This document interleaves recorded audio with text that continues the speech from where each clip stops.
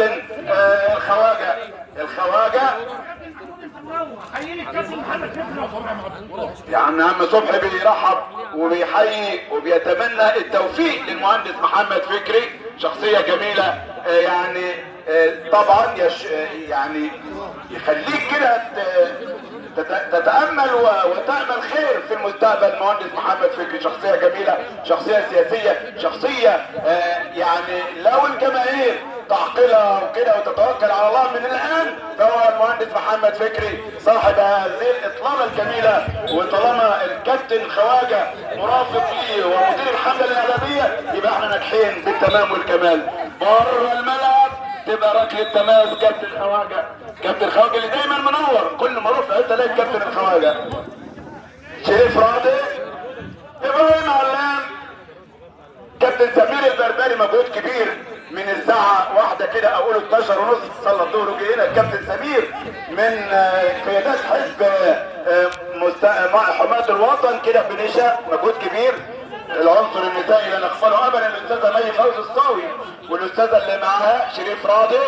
شريف اماميه ومروان بيدور على زهره، مروان بيدور على زهره الجنوب، زهره دائما لنا الخير في ملعب الخير الكابتن محمد مشالي.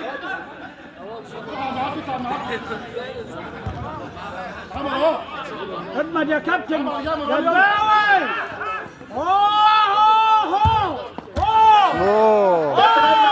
بيطلق قضيبه لكن طارق السيد شريف رضا يا ولد يا شريف راضي. ابراهيم علام، ابراهيم بيوزن على الشمال، عبد العزيز الغالي والارضيه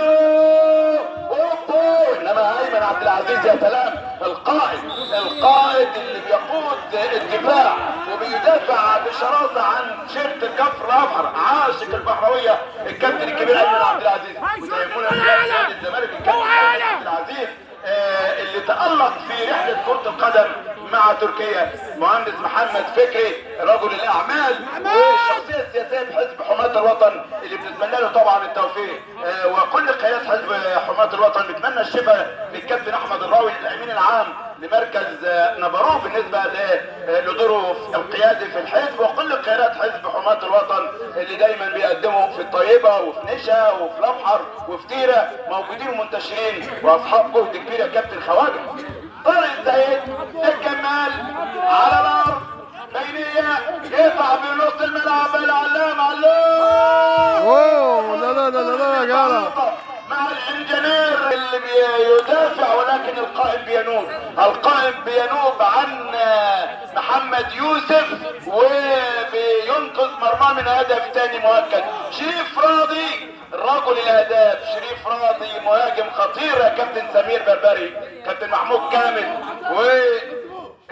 كابتن سيد وادي عبد الغني جمال، طارق السيد، طارق عبد الغني، طارق جمال،